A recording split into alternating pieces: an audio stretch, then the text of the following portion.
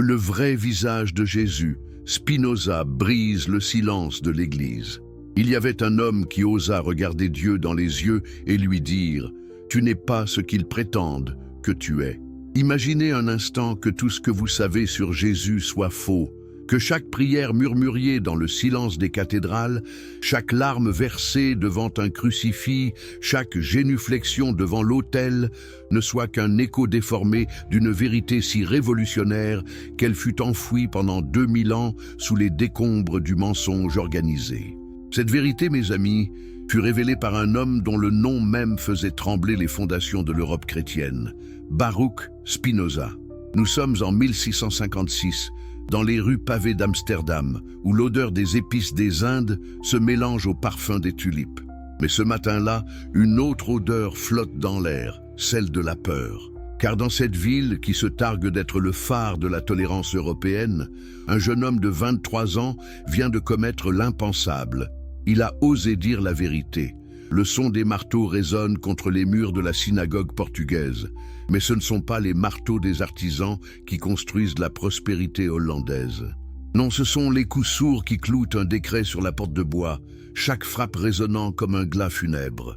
Baruch Spinoza, que l'histoire connaîtra sous le nom de Benedictus, vient d'être excommunié avec une violence inouïe, banni à jamais de sa communauté, effacé de la mémoire collective comme s'il n'avait jamais existé.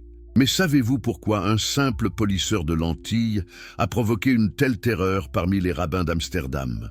Pourquoi son nom fut maudit dans les synagogues et ses écrits brûlés dans les cours des couvents? La réponse, mes amis, se cache dans une découverte si explosive qu'elle menace encore aujourd'hui les fondements même de la chrétienté. Spinoza n'était pas un athée, contrairement à ce que ses ennemis proclamaient dans leurs libelles vengeurs. Il était quelque chose de bien plus dangereux, un homme qui avait redéfini Dieu lui-même. Pour lui, le Tout-Puissant n'était pas ce monarque céleste assis sur son trône d'or et de lumière, distribuant récompenses et châtiments selon son bon plaisir. Non, Dieu était la substance même de l'univers, la force qui pulse dans chaque atome, qui guide chaque pensée, qui fait battre chaque cœur. Deus sive natura. Dieu, c'est-à-dire la nature, tel était son credo révolutionnaire. Cette vision n'était pas seulement philosophique, elle était dynamite pure. Car si Dieu est la nature, alors où se trouve la place des prêtres, des évêques, des papes qui prétendent être ses intermédiaires exclusifs sur terre? Où est l'autorité de ces hommes en robe pourpre qui affirment détenir les clés du paradis? Spinoza avait, d'un seul coup de génie, rendu obsolète toute la machinerie du pouvoir religieux. Mais ce n'était là que le début de sa révolution. Car une fois sorti de sa communauté, une fois libéré des chaînes de l'orthodoxie, Spinoza entreprit quelque chose que nul homme n'avait osé avant lui. Il décida d'examiner la Bible, et particulièrement la figure de Jésus, avec la même rigueur scientifique qu'il appliquait au polissage de ses lentilles optiques. Pouvez-vous imaginer l'audace de ce geste ? Dans une Europe où la simple possession d'une Bible en langue vernaculaire pouvait vous mener au bûcher, cet homme osa traiter les Écritures comme n'importe quel autre document historique.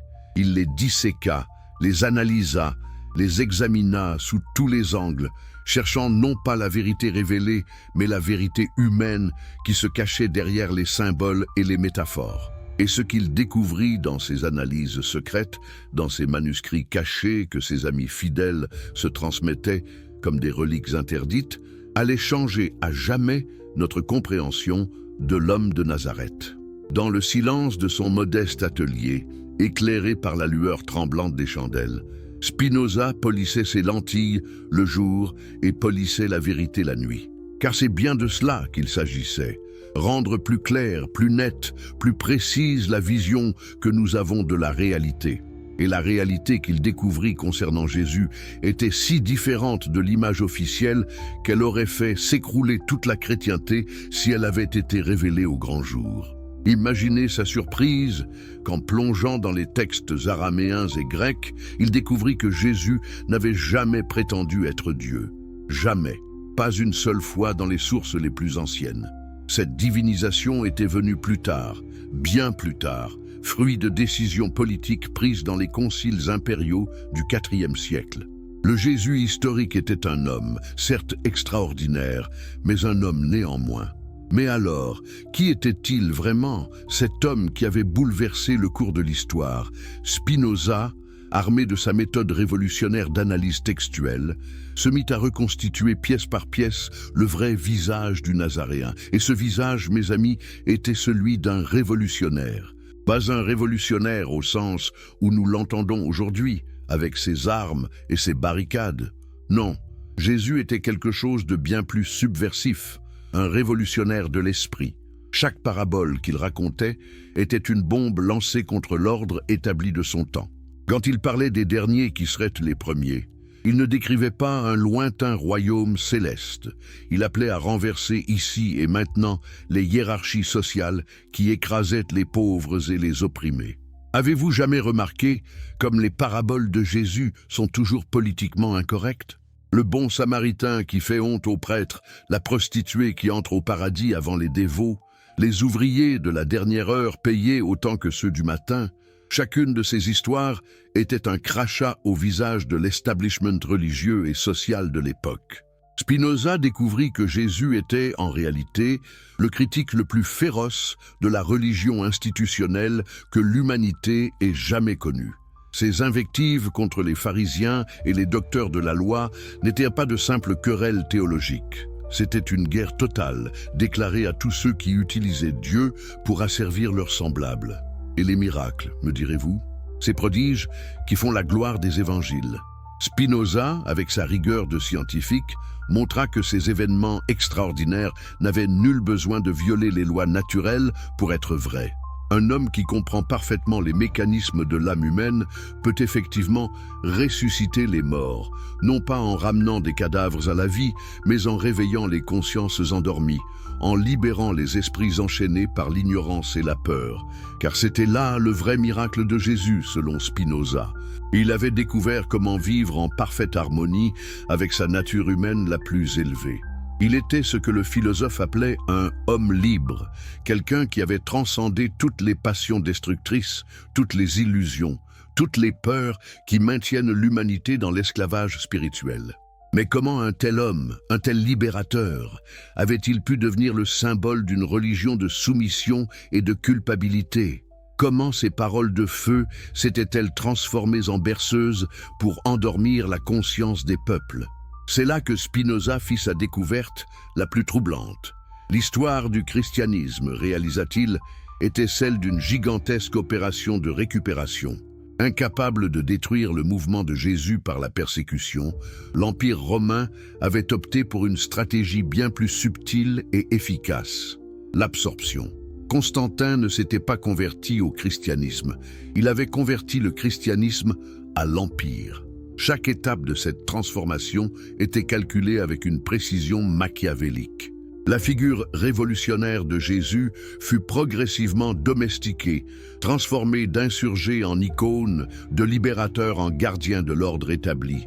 Ses enseignements les plus dangereux furent soit supprimés, soit réinterprétés dans un sens opposé à leur intention originale. Prenez le fameux « Rendez à César ce qui est à César », une phrase que tous les tyrans de l'histoire ont utilisée pour justifier leur oppression. Mais dans son contexte original, c'était exactement le contraire. Un défi lancé au pouvoir impérial, une façon de dire que César n'avait droit à rien de ce qui appartient vraiment à Dieu, c'est-à-dire à l'humanité libre. Spinoza découvrit comment les conciles de Nicée, loin d'être des assemblées spirituelles en quête de vérité, étaient en réalité des congrès politiques destinés à neutraliser le potentiel révolutionnaire du message christique. Chaque décision dogmatique était pesée, calculée pour transformer un mouvement de libération en instrument de contrôle social. La doctrine de la Trinité, un moyen génial de rendre Jésus si mystérieux, si inaccessible dans sa nature divine, que plus personne n'oserait prétendre l'imiter. L'autorité papale, la reconstitution de l'autorité impériale sous un masque religieux, le célibat des prêtres, un moyen de créer une caste séparée, coupée du peuple et entièrement dévouée à la hiérarchie ecclésiastique. Mais le coup de génie de cette récupération fut de transformer Jésus lui-même en objet d'adoration plutôt qu'en modèle à suivre. Au lieu d'un maître qui montre la voie, les églises firent de lui un sauveur qui parcourt le chemin à notre place. Au lieu d'un frère aîné qui nous révèle notre propre divinité potentielle, elles en firent un Dieu unique et inatteignable qui exige notre soumission éternelle. Et c'est là que Spinoza fit sa révélation la plus stupéfiante. Si Jésus revenait aujourd'hui et prêchait exactement les mêmes messages qu'il y a 2000 ans, il serait crucifié une seconde fois, non pas par les Romains, mais par les chrétiens eux-mêmes. Car imaginez un instant, un homme apparaît qui dénonce la richesse obscène du Vatican, qui chasse les marchands des temples modernes que sont devenus nos cathédrales, qui proclame que le royaume des cieux appartient aux pauvres et aux opprimés, qui déclare que tous les hommes sont égaux devant Dieu sans exception de race ou de classe sociale, qui affirme que la véritable religion consiste à aimer son prochain comme soi, même plutôt qu'à réciter des formules magiques. Combien de temps lui faudrait-il avant d'être déclaré hérétique par ces mêmes institutions qui prétendent le représenter? C'est cette tragique ironie que Spinoza révéla dans ses écrits secrets. Le christianisme historique était devenu l'antithèse exacte du message de Jésus. Là où le Nazaréen prêchait la liberté, l'Église imposait la soumission. Là où il appelait à la responsabilité individuelle, elle cultivait la dépendance spirituelle. Là où il proclamait l'égalité fondamentale de tous les êtres humains, elle légitimait toutes les hiérarchies et toutes les oppressions. Mais alors, comment retrouver le vrai Jésus sous les couches d'endoctrinement millénaire? Comment distinguer l'or pur du plomb des siècles? C'est là que le génie de Spinoza révéla toute sa puissance. Il développa ce qu'il appelait une herméneutique de la libération, une méthode pour décrypter les textes sacrés qui permettait de séparer le message authentique de ses déformations postérieures. Cette méthode était si révolutionnaire qu'elle ne sera pleinement comprise et appliquée qu'au XXe siècle par des théologiens comme Rudolf Bultmann ou des historiens comme John Dominic Crossan. Selon cette méthode, il fallait chercher dans les évangiles non pas la vérité littérale, mais la vérité symbolique et spirituelle qui se cachait derrière le langage mythologique de l'époque. Les miracles de Jésus n'étaient pas des violations des lois physiques, mais des métaphores puissantes décrivant les transformations psychologiques et spirituelles que peut opérer un enseignement libérateur. Quand Jésus ressuscite Lazare, il ne ramène pas un cadavre à la vie. Il réveille un homme spirituellement mort à la vraie existence. Quand il nourrit les 5000 avec 5 pains, il ne multiplie pas magiquement la nourriture. Il montre comment le partage et la solidarité peuvent satisfaire tous les besoins humains. Quand il marche sur les eaux, il ne défie pas la gravité. Il démontre comment la foi et la détermination permettent de traverser les tempêtes de l'existence. Cette lecture symbolique révélait un Jésus infiniment plus profond et plus actuel que l'icône figée de la tradition. C'était un psychologue de génie qui avait compris les mécanismes les plus secrets de l'âme humaine, un sociologue révolutionnaire qui avait analysé avec une précision chirurgicale les rapports de domination de son époque, un mystique pragmatique qui avait découvert comment allier l'expérience spirituelle la plus élevée à l'engagement social le plus concret. Et surtout, c'était un être humain qui avait réussi à actualiser complètement son potentiel divin, non pas parce qu'il était né avec une nature différente de la nôtre, mais parce qu'il avait su développer par l'effort et la discipline des capacités que nous possédons tous à l'état latent. Car c'était là le message le plus subversif de Jésus selon Spinoza. Nous sommes tous des fils de Dieu. Pas au sens métaphorique ou consolateur, mais au sens le plus littéral et le plus radical qui soit. Nous avons tous en nous la même étincelle divine que Jésus avait réussi à faire flamboyer. La seule différence entre lui et nous, c'est qu'il avait eu le courage et la persévérance nécessaires pour aller jusqu'au bout de cette révélation. Imaginez l'effet de ce message sur les masses opprimées de l'Empire romain. Imaginez ce que pourraient faire des millions d'êtres humains convaincus qu'ils portent en eux la même force que le Christ. C'était là une révolution spirituelle qui rendrait obsolète Tous les systèmes de domination, toutes les hiérarchies, tous les privilèges fondés sur la prétention qu'il existe des intermédiaires obligés entre l'âme humaine et le divin. On comprend mieux pourquoi les autorités de l'époque se sont empressées de transformer ce message explosif en religion de l'adoration. Au lieu de dire aux gens « Vous êtes des dieux qui s'ignorent », elles leur ont dit « Vous êtes des pécheurs misérables qui ont besoin d'être sauvés ». Au lieu de les encourager à développer leurs propres capacités spirituelles, elles les ont rendus dépendants de sacrements distribués par une caste sacerdotale autoproclamée. Mais Spinoza a découvert que cette opération de récupération n'avait jamais été complètement réussie. Tout au long de l'histoire, des hommes et des femmes avaient préservé et transmis secrètement la véritable tradition christique. Les gnostiques des premiers siècles, les cathares du Moyen-Âge, les mystiques comme Maître Eckhart ou Angelus Silesius, les philosophes comme Nicolas de Cuès, tous avaient, chacun à leur manière, maintenu vivante la flamme de l'enseignement authentique de Jésus. Ces héritiers secrets savaient que le Christ n'était pas seulement un personnage historique ayant vécu il y a 2000 ans en Palestine, mais une fonction éternelle de la conscience humaine. Cette capacité que nous avons tous de nous élever au-dessus de nos limitations et de nos conditionnements pour accéder à une vision claire de la réalité. C'est pourquoi les mystiques chrétiens authentiques ont toujours parlé du Christ intérieur, de cette présence divine qui habite chaque être humain et qui ne demande qu'à être réveillé. Pour eux, la véritable seconde venue du Christ n'était pas un événement futur et extérieur, mais une expérience présente et intérieure accessible à quiconque avait le courage de s'engager sur la voie de la transformation personnelle. Spinoza comprit que c'était là le secret le mieux gardé de l'histoire.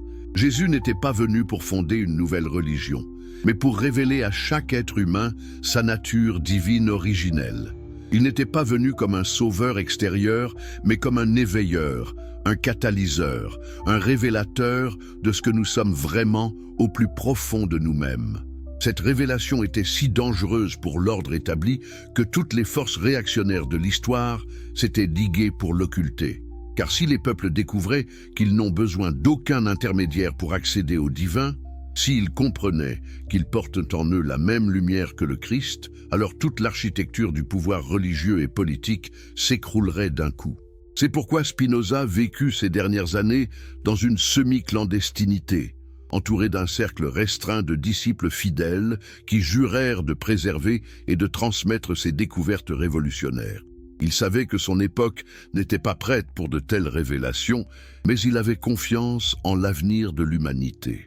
Dans ses lettres secrètes à ses amis les plus proches, il exprimait sa conviction que viendrait un jour où les hommes seraient assez mûrs pour recevoir la vérité sur Jésus sans avoir besoin des béquilles de la superstition et du dogme.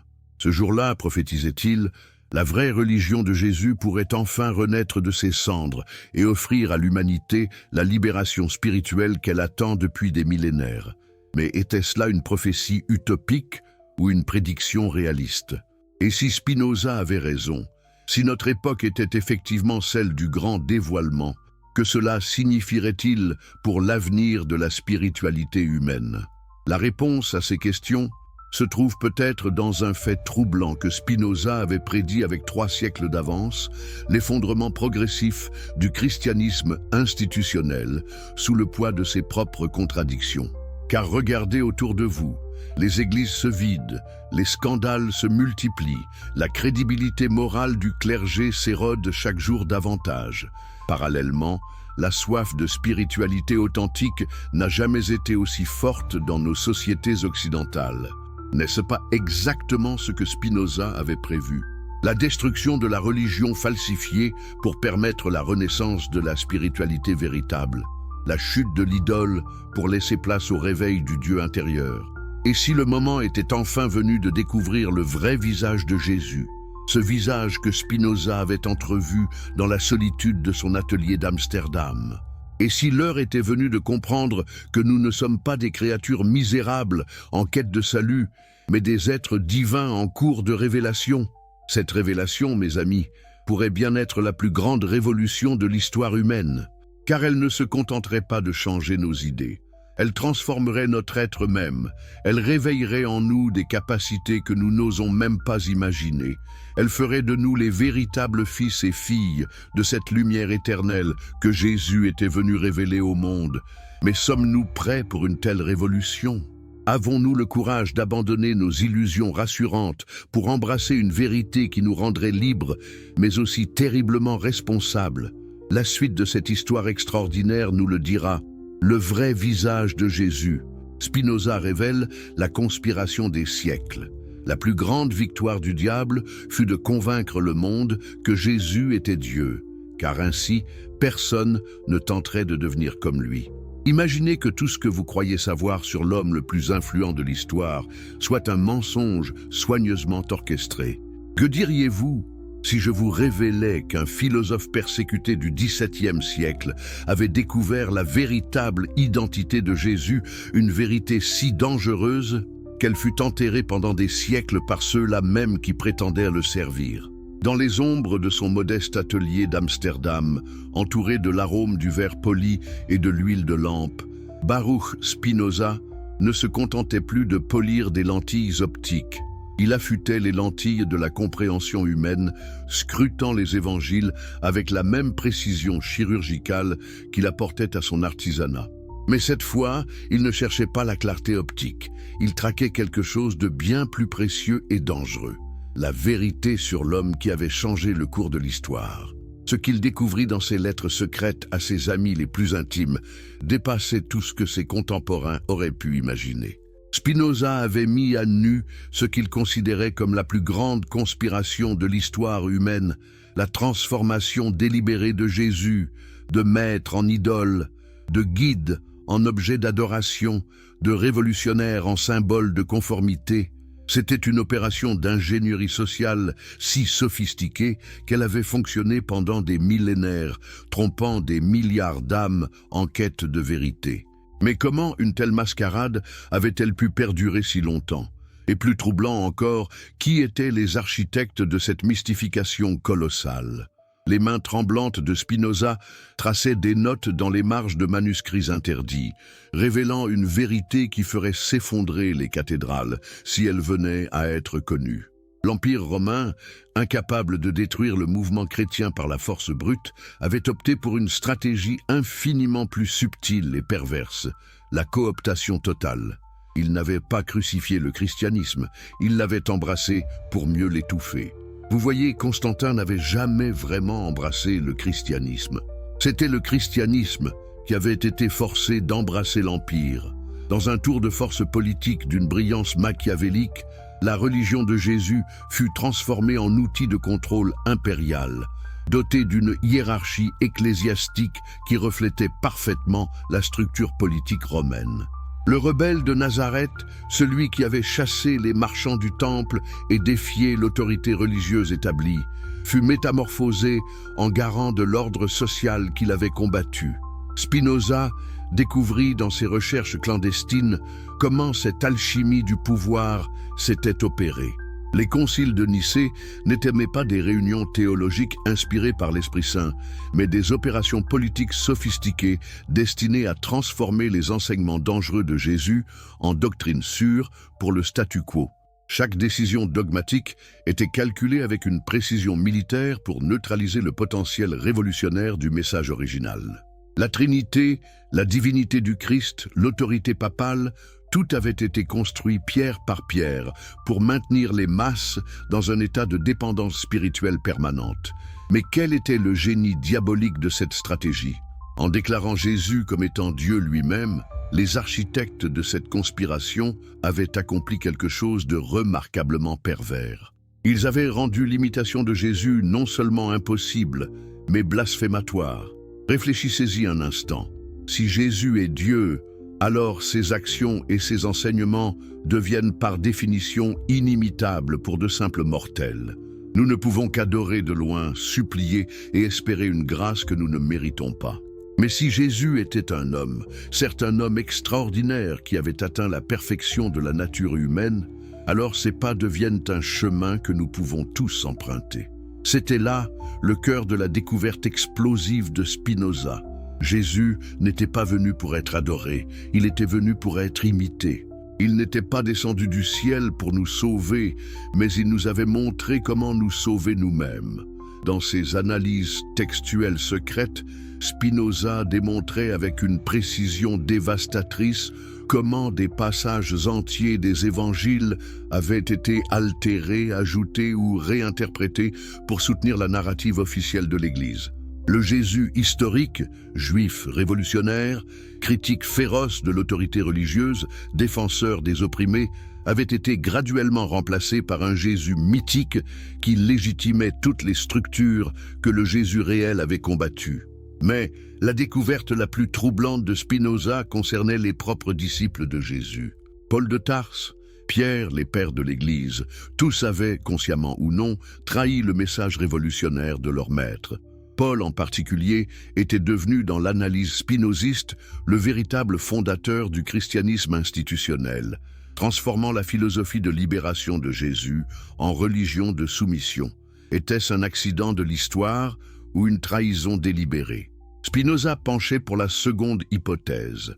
Paul n'avait jamais connu Jésus personnellement, et ses lettres révélaient un homme obsédé par l'autorité, la hiérarchie et le contrôle, tout ce que Jésus avait rejeté. Paul avait créé une église à son image, non à l'image de celui qu'il prétendait servir.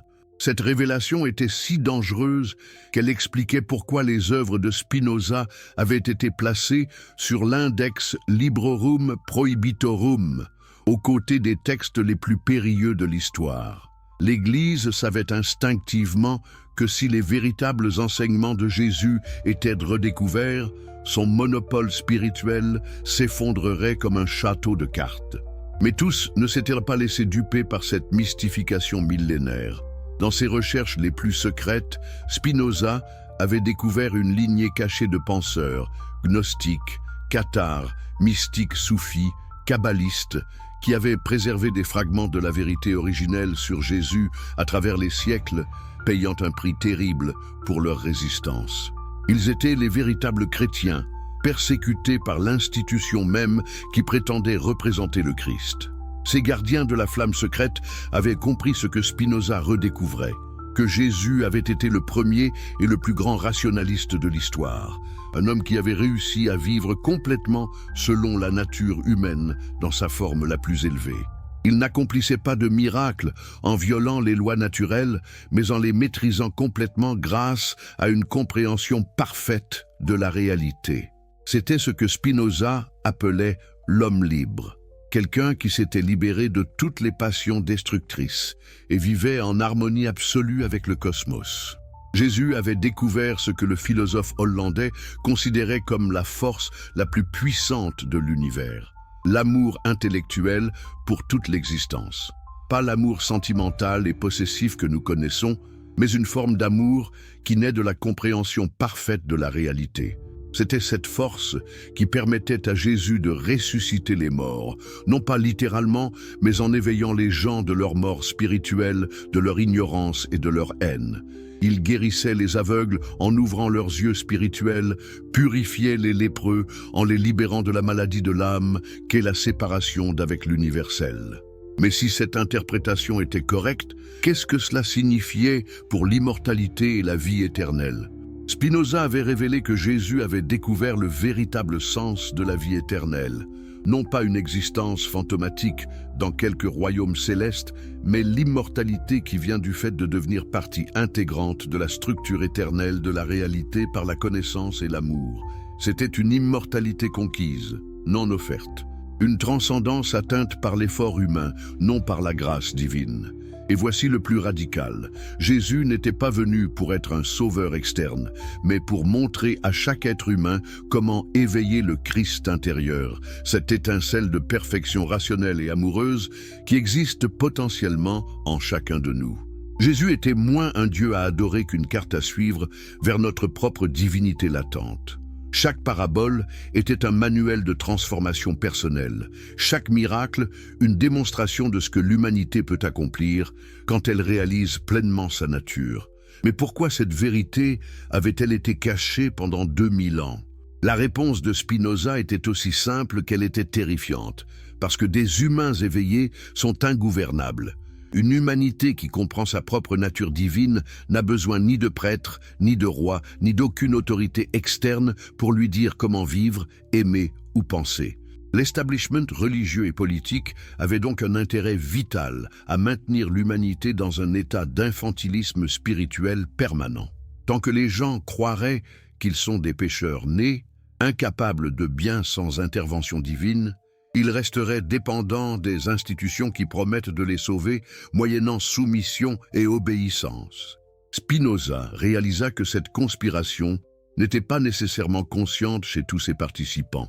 Beaucoup de clercs sincères croyaient réellement à la doctrine qu'il prêchait, mais les effets étaient les mêmes.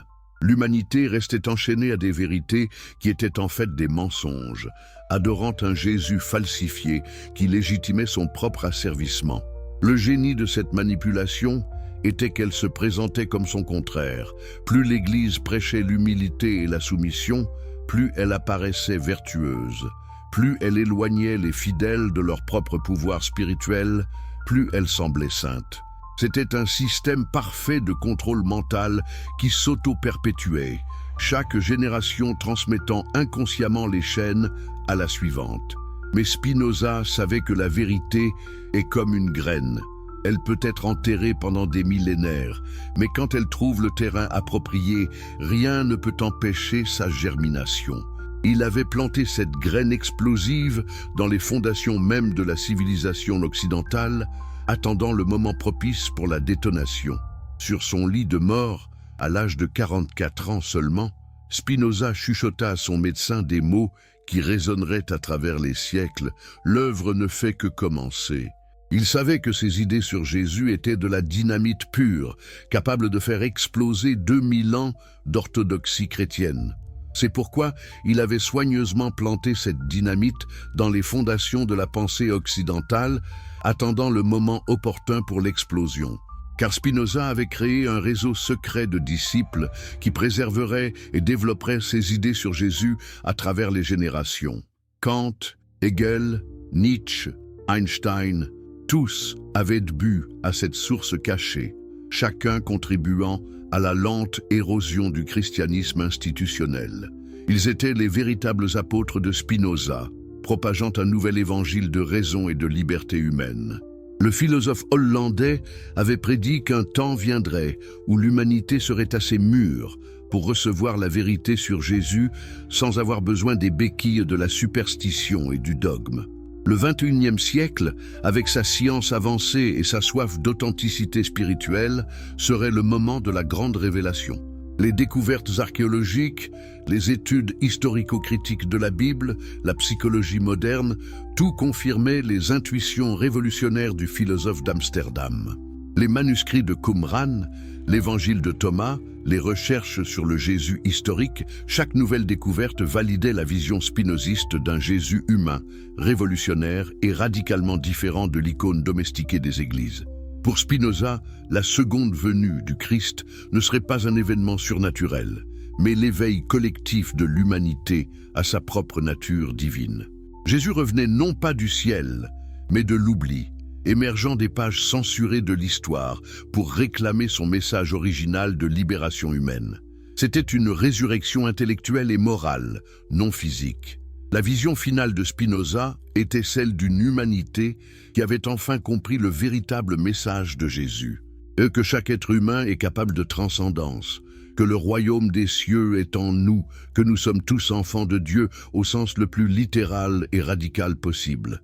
C'était la fin de la religion comme système de contrôle et la naissance de la spiritualité comme science de la libération humaine. Mais cette transformation ne se ferait pas sans résistance. Les forces qui avaient bénéficié pendant des siècles de la mystification du message de Jésus ne renonceraient pas facilement à leur pouvoir. Elles combattraient avec tous les moyens à leur disposition, ridicule, censure, persécution, pour maintenir l'humanité dans son état d'ignorance confortable. C'est pourquoi le legs de Spinoza reste si dangereux aujourd'hui. Dans un monde où les institutions religieuses traditionnelles s'effondrent sous le poids de leurs propres scandales et contradictions, où la soif humaine de sens spirituel authentique croît exponentiellement, la vision spinoziste de Jésus résonne avec une urgence prophétique. Le Jésus de Spinoza émerge des brumes de l'histoire, non comme une figure distante à adorer, mais comme un miroir dans lequel nous pouvons voir refléter notre propre potentiel le plus élevé. Il nous libère de la tyrannie de la dépendance spirituelle pour nous lancer dans l'aventure glorieuse et terrifiante de la responsabilité cosmique. Car la plus grande révélation de Spinoza est peut-être que Jésus est encore parmi nous, non comme une présence surnaturelle, mais comme une possibilité humaine toujours présente. Chaque fois que quelqu'un choisit la compassion plutôt que la haine, la raison plutôt que la superstition, la liberté plutôt que la soumission, Jésus renaît dans le monde. Le véritable visage de Jésus que Spinoza nous a révélé n'est pas celui d'un Dieu distant, mais celui d'un frère aîné qui nous a laissé une carte vers la terre, promise de la conscience humaine pleine. Il nous montre que nous ne sommes pas des pécheurs en quête de rédemption, mais des dieux en devenir cherchant à se réaliser. Cette vérité est si révolutionnaire qu'elle fait trembler encore aujourd'hui les piliers des institutions établies. Car si Spinoza avait raison, si Jésus était vraiment ce qu'il affirme, un humain qui avait atteint la perfection de sa nature, alors chacun de nous porte en lui le potentiel de devenir un Christ. Imaginez un instant un monde où chaque être humain réaliserait ce potentiel, où il n'y aurait plus besoin de médiateur entre l'humain et le divin, où chacun serait son propre prêtre, son propre sauveur, son propre Dieu. Ce serait la fin de tous les systèmes de pouvoir basés sur la dépendance et l'ignorance, l'avènement d'une humanité réellement libre et responsable. Mais cette transformation demande quelque chose que peu sont prêts à donner. Le courage d'abandonner le confort de la dépendance pour embrasser la terreur magnifique de la liberté totale. Car avec la liberté vient la responsabilité. Et avec la responsabilité vient la nécessité de créer notre propre sens, nos propres valeurs, notre propre destinée. C'est là que réside le défi ultime du Lex de Spinoza. Il ne nous offre pas un nouveau système de croyance prêt à l'emploi, mais nous invite à devenir nos propres créateurs de sens. Il ne nous donne pas un nouveau Dieu à adorer, mais nous rappelle que nous sommes déjà divins. Nous avons juste oublié comment l'être. La question qui murmure dans les pages poussiéreuses de l'histoire, qui résonne dans chaque église vide et chaque cœur en quête de vérité, reste simple et terrible. Aurons-nous le courage de suivre cette carte jusqu'au bout? Aurons-nous la force de devenir ce que Jésus nous a montré que nous pouvions être? La réponse n'est écrite ni dans les cieux, ni dans les livres saints, mais dans le miroir silencieux de notre propre âme. Et c'est là, dans ce face-à-face avec notre propre potentiel divin, que l'héritage de Spinoza continue de nous défier, nous terrifiant et nous inspirant à la fois, nous rappelant que nous sommes bien plus que ce que nous osons rêver d'être. Le vrai visage de Jésus, finalement, pourrait bien être le nôtre, non pas tel que nous sommes, mais tel que nous pourrions devenir si nous avions le courage de marcher sur ses traces, non pas en l'adorant, mais en l'imitant, non pas en l'idolâtrant, mais en nous éveillant à cette même conscience divine qu'il avait réalisée il y a 2000 ans. Et peut-être que c'est là la véritable seconde venue, non pas le retour d'un sauveur externe, mais notre propre éveil collectif à ce que nous avons toujours été, des dieux qui ont oublié leur propre divinité, des Christ endormis attendant de se réveiller, des fils et filles de l'Éternel cherchant le chemin de la maison dans le labyrinthe de leur propre conscience. L'œuvre de Spinoza continue, et chaque âme qui s'éveille à cette vérité devient un nouveau maillon dans la chaîne de libération qu'il a forgée dans l'obscurité de son époque. Le rebelle d'Amsterdam nous tend encore la main à travers les siècles, nous invitant à rejoindre cette révolution silencieuse qui transformera peut-être un jour l'humanité en ce qu'elle était destinée à être depuis le commencement. Une race de dieux conscients d'elle-même, libre et responsable de son propre destin cosmique. Le vrai visage de Jésus. Spinoza révèle le secret millénaire. Si Jésus revenait aujourd'hui, il serait à nouveau crucifié, non par les Romains, mais par les chrétiens eux-mêmes.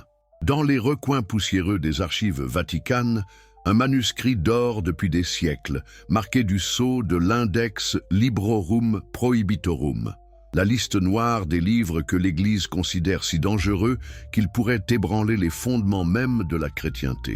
Ce manuscrit porte un nom qui fait encore trembler les cardinaux, Baruch Spinoza. Mais que contenait donc cette œuvre pour mériter un tel traitement?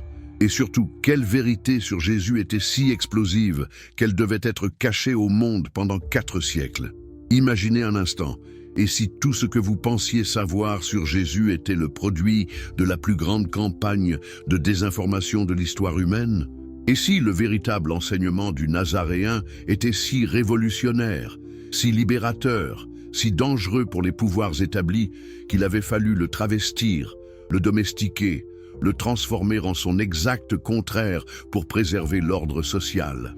C'est exactement ce qu'un jeune polisseur de lentilles hollandais découvrit au XVIIe siècle, dans la solitude glaciale de son exil. Spinoza ne se contentait pas de polir le verre. Il polissait aussi les lentilles de la perception humaine, révélant des vérités si éblouissantes qu'elles aveuglent ceux qui les regardent directement. Et la vérité qu'il découvrit sur Jésus était la plus aveuglante de toutes. La nuit était déjà bien avancée dans ce petit atelier d'Amsterdam, quand Spinoza leva les yeux de ses manuscrits hébreux et grecs. Ses doigts, tachés d'encre, tremblaient légèrement. Non pas de froid, mais d'excitation pure. Venait-il vraiment de découvrir ce qu'il pensait avoir découvert? Les preuves s'accumulaient sous ses yeux, méthodiques, implacables, terrifiantes dans leurs implications. Vous voyez, Spinoza avait appliqué à l'étude de la Bible la même rigueur scientifique qu'il appliquait à ses recherches en optique. Pas de révérence aveugle, pas de dogmes intouchables, seulement la froide logique de l'enquête historique. Et ce qu'il avait trouvé dans les évangiles était si différent de l'image officielle de Jésus qu'il comprit immédiatement pourquoi l'Église l'avait excommunié avant même qu'il ne publie ses conclusions. Car le Jésus que Spinoza découvrait dans les textes originaux n'était pas le doux agneau de Dieu prêchant la soumission aux autorités. C'était un révolutionnaire radical, un philosophe dangereux, un homme qui avait découvert quelque chose de si puissant que les élites religieuses et politiques de son époque n'avaient eu d'autre choix que de l'éliminer. Mais éliminer l'homme ne suffisait pas. Il fallait aussi détruire son message. Et comment détruit-on un message révolutionnaire? En le transformant en son contraire exact. Pensez-y, n'est-il pas étrange qu'un homme qui chassait les marchands du temple soit devenu le patron d'une église qui accumule des richesses fabuleuses? N'est-il pas paradoxal qu'un rebelle qui défiait ouvertement les autorités religieuses de son temps soit devenu l'icône d'une institution qui prêche l'obéissance aveugle? Comment un homme qui disait « Vous êtes tous des dieux » a-t-il pu être transformé en unique fils de Dieu, séparé à jamais de l'humanité ordinaire?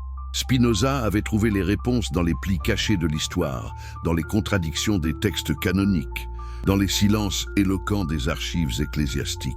Et ces réponses composaient un portrait de Jésus si différent, si subversif, si libérateur, qu'il comprenait pourquoi l'Église avait préféré l'enterrer sous 2 millénaires de dogmes et de rituels. Le véritable Jésus, selon Spinoza, n'était pas venu pour fonder une religion, il était venu pour la détruire. Toute religion basée sur la peur, la culpabilité, la dépendance spirituelle. Jésus prêchait quelque chose de bien plus dangereux, l'autonomie spirituelle absolue de chaque être humain. Il disait à ses contemporains qu'ils n'avaient besoin d'aucun intermédiaire entre eux et le divin, qu'ils portaient en eux-mêmes la capacité de transcender toutes les limitations, qu'ils étaient littéralement des fragments de Dieu incarnés dans la matière. Mais si tel était le véritable message de Jésus, que s'était-il passé? Comment cette révolution spirituelle s'était-elle muée en son contraire exact? Spinoza avait passé des années à reconstituer cette transformation, et ce qu'il découvrit l'horrifia. L'opération avait commencé immédiatement après la crucifixion. Les premiers disciples, traumatisés par la mort de leur maître, avaient commencé à diviniser sa personne plutôt que de préserver son enseignement. Paul de Tarse, qui n'avait jamais rencontré Jésus vivant, s'était approprié le mouvement naissant et l'avait transformé selon sa propre vision mystique. Là où Jésus prêchait la libération, Paul introduisait la culpabilité. Là où Jésus proclamait l'égalité divine de tous les humains, Paul établissait des hiérarchies ecclésiastiques. Puis était venu Constantin et avec lui la capture définitive du christianisme par l'Empire romain. Vous imaginez la scène? Des évêques en pourpre et or, rassemblés dans des palais somptueux, décidant froidement quels textes seraient canoniques et lesquels seraient brûlés, quelles doctrines serviraient l'ordre impérial et lesquelles menaçaient le pouvoir établi. Les conciles œcuméniques n'étaient pas des assemblées théologiques, c'étaient des opérations de guerre psychologique d'une sophistication extraordinaire. Chaque décision doctrinale était calculée pour neutraliser le potentiel révolutionnaire du message original. La Trinité, une manière de séparer définitivement Jésus de l'humanité ordinaire, de le placer dans une sphère inaccessible où personne ne pourrait prétendre l'égaler. L'incarnation, la transformation d'un enseignement sur notre propre divinité latente en un dogme sur l'unicité absolue du Christ. La résurrection, la spiritualisation d'un message concret de transformation personnelle en promesse d'une récompense post-mortem. Mais Spinoza avait découvert quelque chose d'encore plus troublant. Cette transformation n'avait pas été accidentelle. Elle avait été délibérément orchestrée par des hommes qui comprenaient parfaitement la force subversive du véritable enseignement de Jésus. Ils savaient qu'un peuple qui croirait vraiment aux paroles du Nazaréen « Vous ferez des œuvres plus grandes que moi. Le royaume des cieux est en vous. Vous êtes la lumière du monde. » serait impossible à contrôler. Alors, ils avaient fait quelque chose de diaboliquement intelligent. Ils avaient préservé les mots de Jésus tout en vidant de leur substance révolutionnaire. Ils avaient regardé la forme en détruisant le fond, maintenu l'apparence en éliminant l'essence. Le plus grand tour de magie de l'histoire, faire disparaître un révolutionnaire en le transformant en idole. Dans son laboratoire silencieux, Spinoza reconstituait pièce par pièce ce gigantesque puzzle historique. Chaque découverte l'amenait plus près d'une vérité si stupéfiante qu'elle changerait à jamais la compréhension humaine de la spiritualité. Car si Jésus n'était pas ce que l'Église prétendait qu'il était, alors qui était-il vraiment? La réponse que Spinoza découvrit était plus révolutionnaire encore que tout ce qu'il avait imaginé. Jésus n'était pas un Dieu descendu sur terre. Il était un être humain qui avait découvert comment transcender totalement les limites de la condition humaine.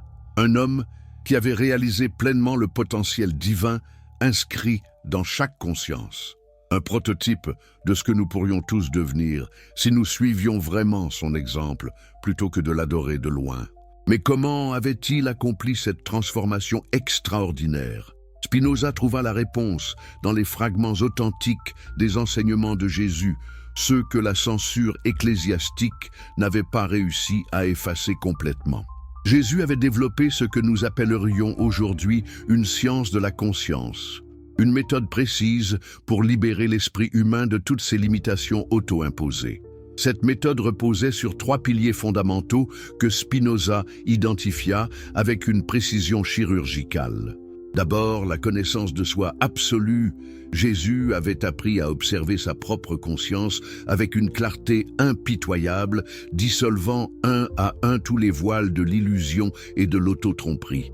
Ensuite, l'amour universel, non pas un sentiment sentimental, mais une force cosmique née de la compréhension profonde de l'interconnexion de toute existence.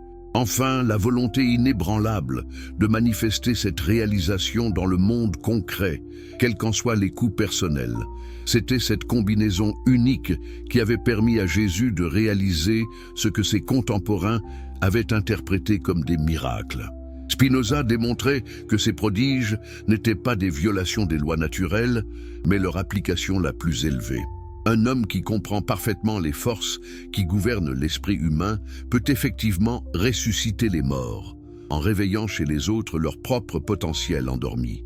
Il peut guérir les malades, en libérant les énergies de guérison naturelles bloquées par la peur et l'ignorance. Il peut nourrir les multitudes, en éveillant en chacun la source intérieure de satisfaction et de plénitude. Mais alors, Pourquoi cette vérité extraordinaire avait-elle été cachée? Spinoza avait trouvé la réponse dans les mécanismes mêmes du pouvoir. Un peuple qui croirait vraiment qu'il porte en lui les mêmes capacités que Jésus serait impossible à asservir. Comment maintenir quelqu'un dans la soumission s'il se sait littéralement divin? Comment exploiter celui qui a découvert sa propre nature infinie? Comment gouverner des êtres qui ont réalisé leur autonomie spirituelle absolue? La seule solution était de transformer Jésus en un être unique, inatteignable, séparé à jamais de l'humanité ordinaire. De faire de lui un objet d'adoration plutôt qu'un modèle d'imitation. De remplacer son message de libération par une religion de dépendance. Et le tour était joué. L'enseignement le plus libérateur de l'histoire devenait l'instrument de contrôle le plus sophistiqué jamais conçu. Mais Spinoza avait découvert quelque chose d'encore plus extraordinaire. Malgré des siècles de censure et de déformation, l'essence du véritable enseignement de Jésus avait survécu. Elle circulait dans l'ombre, préservée par des lignées secrètes d'initiés qui avaient payé un prix terrible pour maintenir vivante la flamme authentique. Les gnostiques, persécutés et exterminés par l'Église officielle. Les cathares, massacrés lors de la croisade albigeoise. Les mystiques soufis, les kabbalistes, les alchimistes, tous avaient gardé des fragments de la science spirituelle originale de Jésus. Et maintenant, dans ce XVIIe siècle où la raison commençait à se libérer des chaînes de la superstition, le moment était peut-être venu pour cette vérité de ressurgir au grand jour. Spinoza se sentait investi d'une mission sacrée.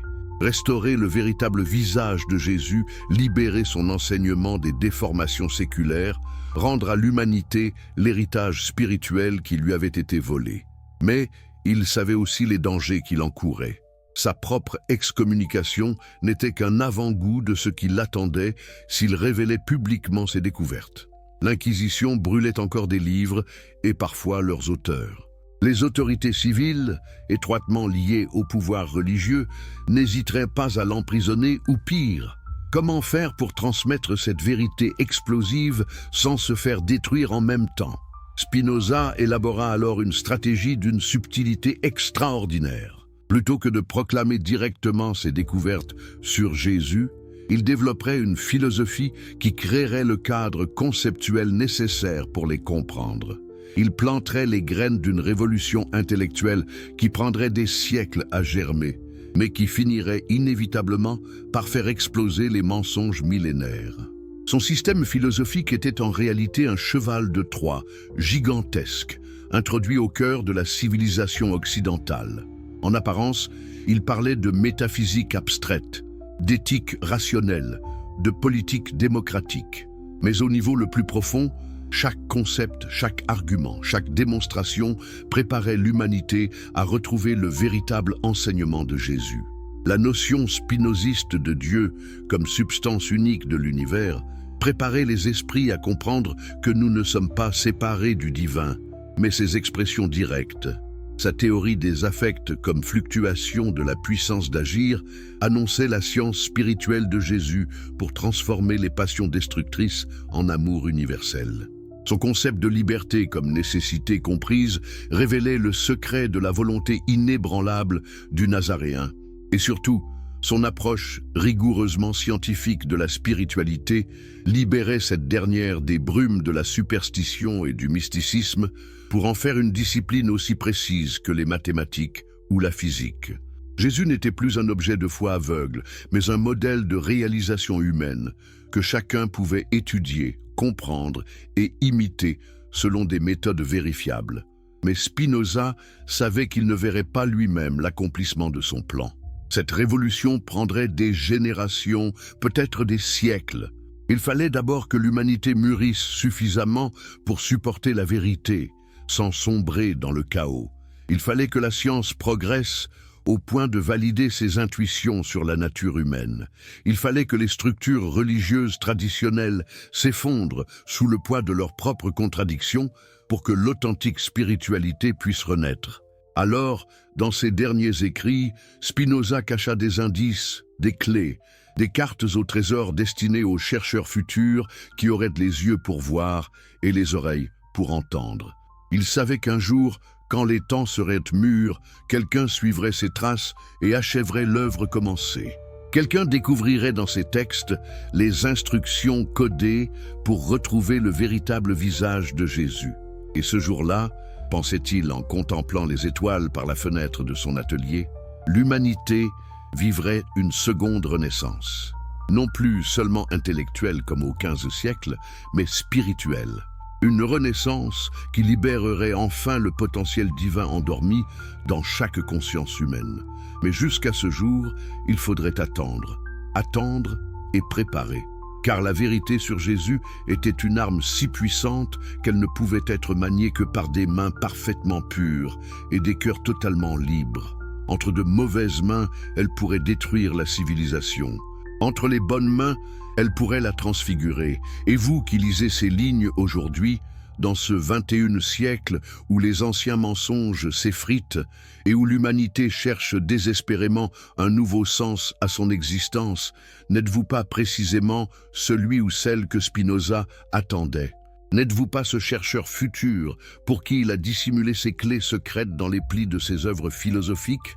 La vérité sur Jésus vous attend, patient et éternel, dans le silence de votre propre conscience. Il suffit d'avoir le courage de regarder, le courage de voir, le courage de devenir ce que vous avez toujours été sans le savoir. Car peut-être que le plus grand secret de Spinoza était finalement celui-ci.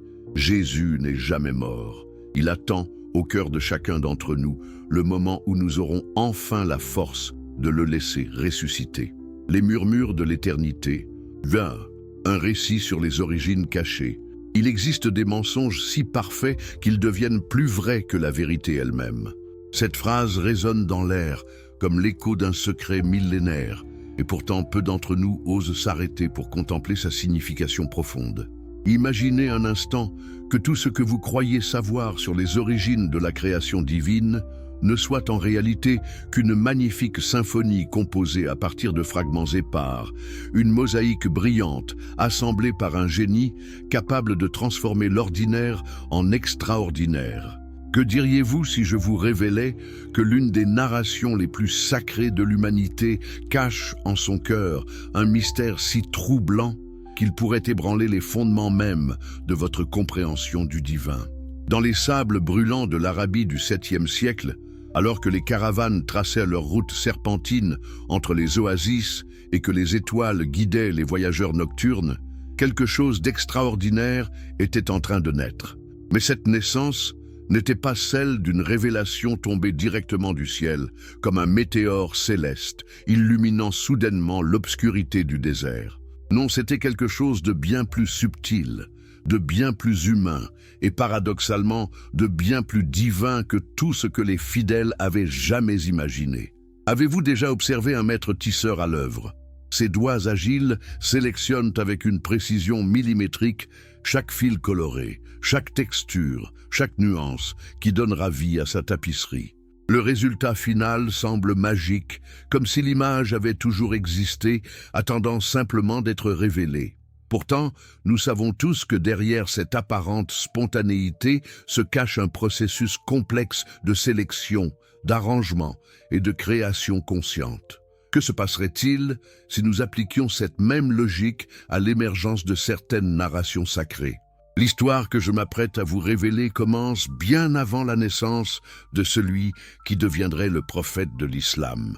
Elle commence dans les bibliothèques poussiéreuses de Byzance, dans les académies rabbiniques de Babylone, dans les temples zoroastriens de Perse, où des scribes patients copiaient et recopiaient des textes anciens, sans se douter qu'ils préparaient les ingrédients d'une alchimie spirituelle qui transformerait le monde. Car voyez-vous, la création en 7 jours telle qu'elle apparaît dans le Coran n'est pas née ex nihilo, dans l'esprit d'un homme méditant dans une grotte silencieuse. Elle est l'aboutissement d'un processus fascinant de synthèse culturelle, une cristallisation brillante de traditions millénaires qui attendaient simplement le bon alchimiste pour les transformer en or pur. Mais qui était cet alchimiste? Et comment a-t-il réussi ce tour de force intellectuelle qui continue d'influencer des milliards de vies? Pour comprendre cette transformation miraculeuse, nous devons d'abord plonger dans le monde fascinant des échanges culturels de l'Antiquité tardive. Imaginez la péninsule arabique du 6e et 7e siècle, non pas comme un désert isolé, mais comme un carrefour bouillonnant où se rencontraient les influences les plus diverses. Les routes commerciales qui traversaient cette région n'étaient pas seulement des voies d'échange de marchandises, elles étaient les artères par lesquelles circulaient les idées, les mythes, les concepts théologiques et les visions cosmogoniques. Les marchands qui s'arrêtaient dans les oasis n'apportaient pas seulement des épices et des soieries. Dans leurs bagages mentaux, ils transportaient les échos des récits de création babyloniens, les subtilités de la théologie chrétienne nestorienne, les mystères de la tradition zoroastrienne et, bien sûr, les narrations sophistiquées de la tradition judaïque. Chacune de ces traditions portait en elle sa propre version de la création du monde, ses propres symboles, ses propres rythmes narratifs. Mais voici où l'histoire devient vraiment intrigante. Que se passe-t-il quand un esprit exceptionnellement brillant et créatif se trouve exposé à cette richesse de traditions narratives? Que se passe-t-il quand cet esprit comprend instinctivement que pour unifier un peuple fragmenté, pour créer une identité collective puissante, il faut une cosmogonie qui parle directement au cœur de ses contemporains? Mohammed, car c'est de lui qu'il s'agit, n'était pas simplement un visionnaire mystique perdu dans ses méditations solitaires. C'était un homme profondément enraciné dans son époque, un observateur aiguisé des dynamiques sociales et politiques de son temps, quelqu'un qui comprenait intuitivement le pouvoir des narrations pour transformer la réalité. Et surtout, c'était quelqu'un qui avait accès directement ou indirectement à la riche tradition narrative du monothéisme abrahamique. Avez-vous déjà remarqué comment les grands artistes ne créent jamais vraiment à partir du néant? Picasso s'est nourri de l'art africain, Shakespeare a puisé dans les chroniques historiques et les contes populaires. Mozart a intégré les traditions musicales de son époque pour créer quelque chose de révolutionnaire. La véritable créativité ne consiste pas à inventer ex nihilo, mais à reconnaître les connexions cachées entre des éléments apparemment disparates et à les réorganiser d'une manière qui révèle des vérités nouvelles. C'est exactement ce processus que nous observons dans l'émergence de la narration coranique de la création. Prenons par exemple le concept même de création en plusieurs étapes. Ce n'était pas une innovation du 7e siècle arabi. Les Babyloniens avaient déjà développé des cosmogonies complexes où la création s'effectuait par phases successives. La tradition biblique avait cristallisé cette idée dans la structure des 6 jours de création suivis d'un jour de repos. Les Zoroastriens avaient leur propre variation sur ce thème. Mais voici le génie de l'adaptation coranique. Au lieu de simplement copier ces traditions, elle les a raffinées, purifiées et adaptées aux sensibilités particulières de la culture arabe du 7e siècle. La langue elle-même est devenue partie intégrante du miracle. Là où les textes bibliques présentent une narration relativement directe, le Coran transforme chaque acte de création en une démonstration poétique de puissance divine. Considérez par exemple la façon dont le Coran décrit l'acte créateur, kun fayakun, soit et cela est. Cette formulation lapidaire capture quelque chose d'essentiel sur la nature du pouvoir divin qui va bien au-delà des descriptions plus narratives que nous trouvons dans la Genèse. C'est de la poésie pure, transformée en théologie, de l'art verbal élevé au niveau de la révélation. Mais attendez, me direz-vous, ne sommes-nous pas en train de réduire le sacré au profane? N'est-ce pas une forme de blasphème que de suggérer que les narrations sacrées suivent les mêmes processus de création que l'art humain? C'est ici que notre exploration prend une tournure encore plus fascinante, car elle nous force à reconsidérer ce que nous entendons vraiment par révélation divine. Imaginez un instant que le divin ne travaille pas en court-circuitant les processus humains normaux, mais en les utilisant, en les sublimant, en les portant à leur perfection. Dans cette perspective, Mohammed ne serait pas un simple récepteur passif de messages célestes, mais un collaborateur créatif dans un processus de révélation qui honore à la fois l'inspiration divine et l'ingéniosité humaine. Cette vision n'affaiblit pas le caractère sacré du Coran. Elle le complexifie, elle l'enrichit, elle le rend plus mystérieux encore. Car comment expliquer qu'un homme du 7e siècle, même brillant, ait pu créer une synthèse si parfaite de traditions diverses qu'elle continue à nourrir spirituellement des milliards d'êtres humains 14 siècles plus tard? Comment expliquer que cette synthèse ait produit des innovations théologiques et poétiques qui surpassent souvent leurs sources d'inspiration? Prenons un exemple concret, la façon dont le Coran traite la création des cieux et de la terre. La tradition biblique présente cette création comme un acte relativement simple. Au commencement, Dieu créa les cieux et la terre. Le Coran, lui, transforme cet acte en une démonstration cosmique de précision divine. Et c'est lui qui a créé les cieux et la terre en 6 jours, alors que son trône était sur l'eau, pour vous éprouver et savoir qui de vous agirait le mieux. Voyez-vous la différence? La version coranique ne se contente pas de décrire un acte créateur. Elle inscrit cet acte dans une théologie de la justice divine. Elle le connecte à la condition humaine et au jugement moral. C'est de la théologie narrative de la plus haute qualité, une transformation créative qui va bien au-delà de la simple adaptation. Mais d'où vient cette capacité à transformer, à sublimer, à créer du nouveau à partir de l'ancien?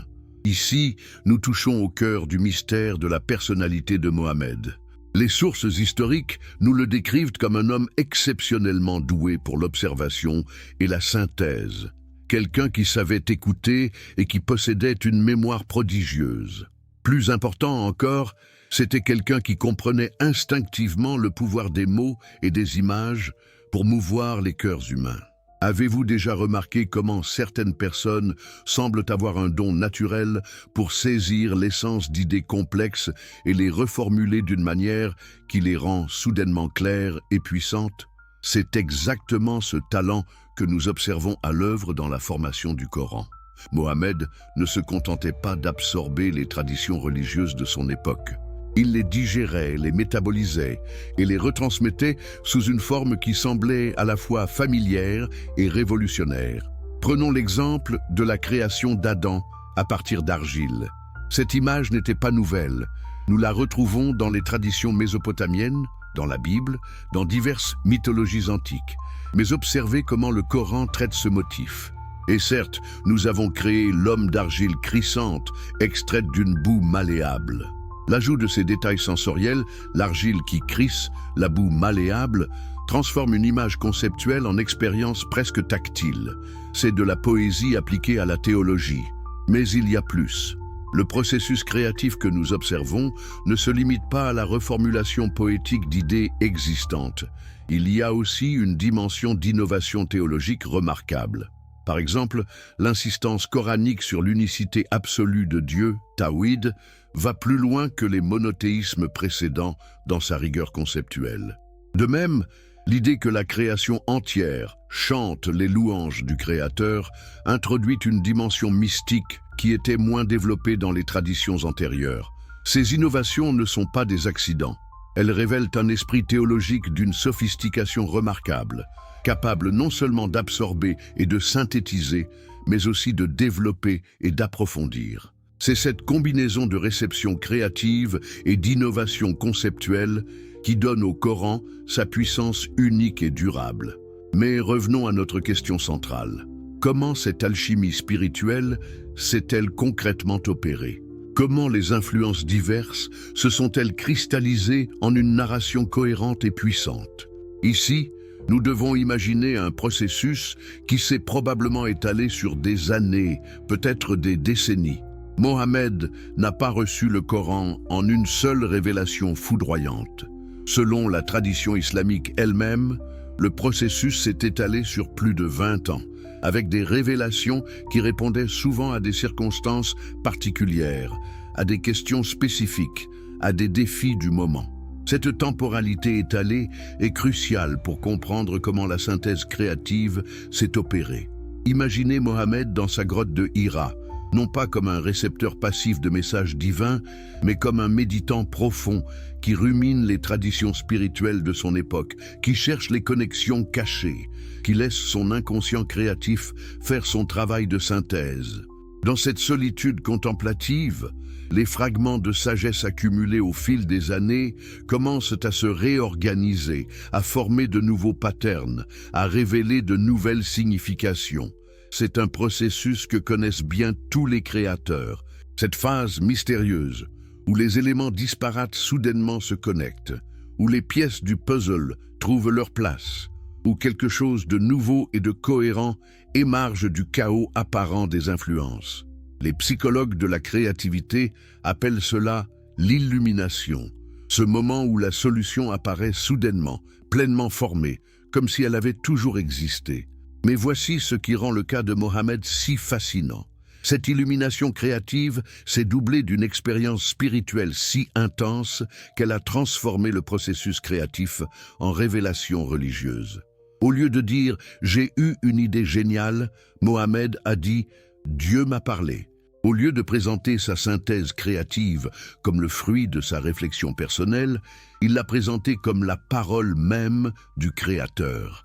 Est-ce de la tromperie consciente, de l'auto-illusion, ou quelque chose de plus subtil et de plus mystérieux? Peut-être que la frontière entre inspiration humaine et révélation divine est moins nette que nous l'imaginons. Peut-être que le génie créatif, quand il atteint certains sommets d'intensité et de perfection, devient effectivement une forme de révélation divine. Cette perspective nous amène à reconsidérer entièrement ce que nous entendons par authenticité religieuse. Si l'authenticité signifie origine surnaturelle directe, alors effectivement, la narration coranique de la création pose problème. Mais si l'authenticité signifie capacité à révéler des vérités profondes sur la condition humaine et le cosmos, alors le Coran reste authentique même si ses méthodes de composition suivent les processus normaux de la créativité humaine. D'ailleurs, n'est-ce pas exactement ce que nous observons avec tous les grands textes spirituels de l'humanité? La Bhagavad Gita puise dans les traditions védiques antérieures. Les évangiles s'inspirent des traditions juives et intègrent des éléments de la philosophie hellénistique. Le Tao Te Ching synthétise des courants de sagesse chinoise ancestraux. Aucun de ces textes n'est moins vénérable pour autant. La vraie question n'est donc pas de savoir si le Coran emprunte à des traditions antérieures, tous les grands textes le font. La vraie question est de savoir comment et pourquoi cette synthèse particulière a produit quelque chose d'aussi puissant et durable. Qu'est-ce qui distingue la créativité coranique d'autres tentatives de synthèse religieuse? Une partie de la réponse réside probablement dans le génie linguistique de Mohammed. L'arabe coranique n'est pas simplement de la belle poésie appliquée à des thèmes religieux. C'est une langue nouvelle, un registre linguistique qui n'existait pas avant le Coran et qui reste inimitable depuis. Cette innovation linguistique a permis d'exprimer des nuances théologiques et spirituelles qui étaient difficiles à articuler dans les langues religieuses existantes. Prenez par exemple le terme « Allah ». Bien que dérivé du terme arabe générique pour « Dieu », Ilah, il devient dans le Coran quelque chose de unique, un nom qui évoque à la fois la transcendance absolue et l'intimité personnelle. De même, des concepts comme taqwa, conscience pieuse, ou djihad, effort spirituel, développent dans le contexte coranique des connotations qui vont bien au-delà de leur signification pré-islamique. Cette créativité linguistique s'accompagne d'une innovation narrative remarquable.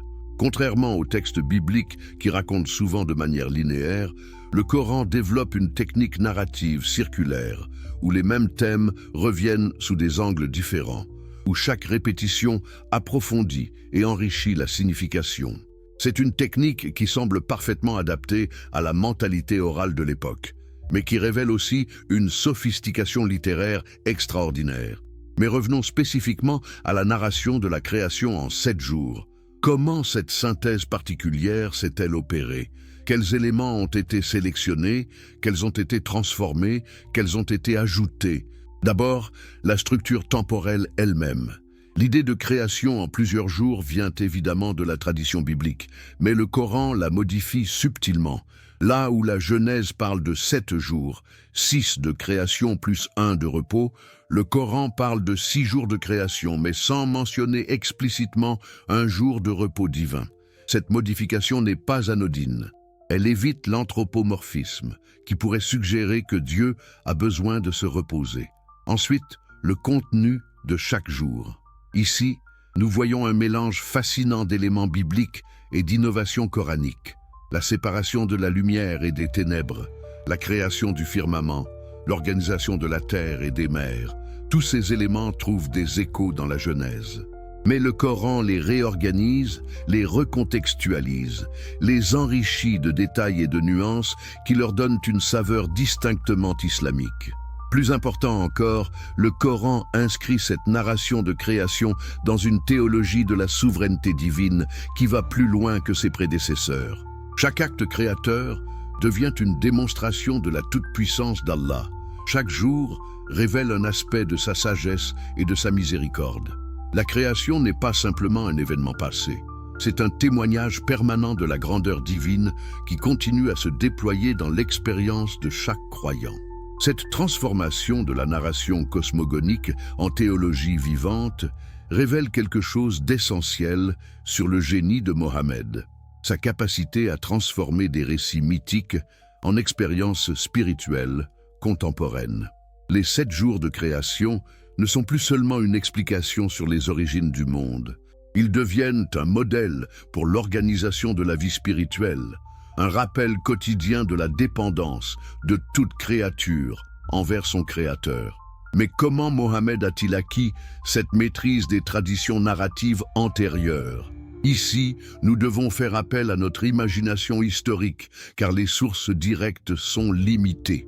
Ce que nous savons, c'est que l'Arabie du 7e siècle n'était pas le désert culturel que l'on imagine parfois.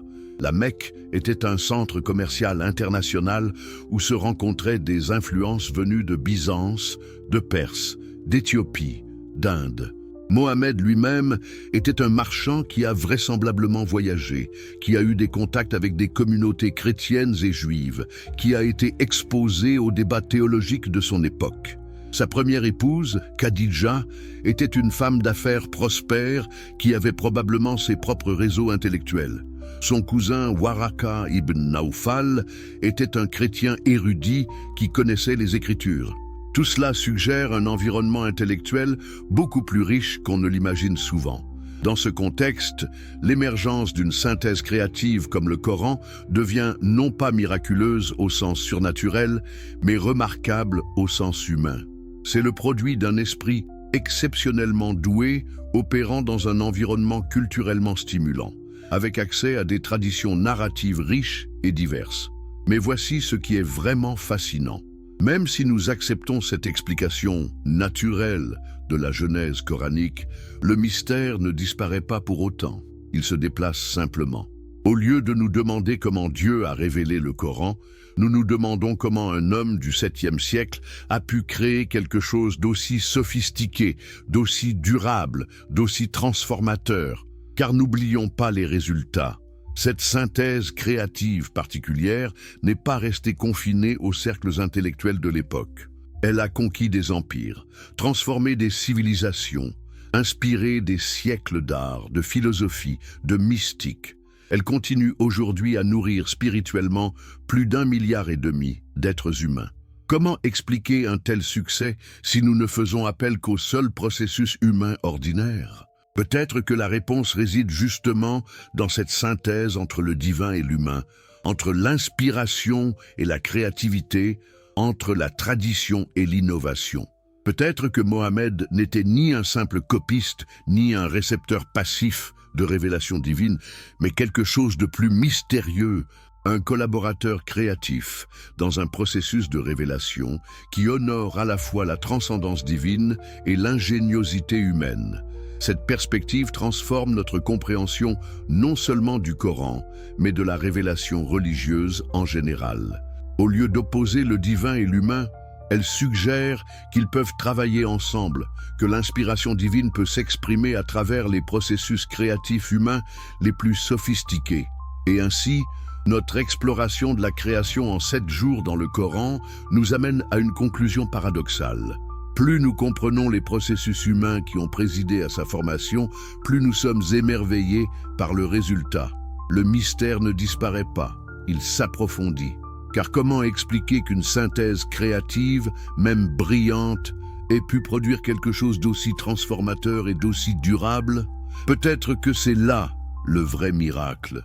Non pas la suspension des lois naturelles, mais leur parfait accomplissement. Non pas l'intervention surnaturelle, mais l'expression sublime du potentiel créatif humain quand il se trouve touché par l'infini. La création en 7 jours du Coran reste un mystère, mais c'est un mystère qui nous en dit autant sur les possibilités extraordinaires de l'esprit humain que sur la nature du divin. Et vous, qu'en pensez-vous? Cette exploration change-t-elle votre perception de ce que nous appelons révélation divine? Ou au contraire, renforce-t-elle votre sens du mystère? Car finalement, peut-être que c'est cela la vraie sagesse. Reconnaître que certains mystères deviennent plus profonds, non pas moins profonds, quand nous commençons à en comprendre les mécanismes.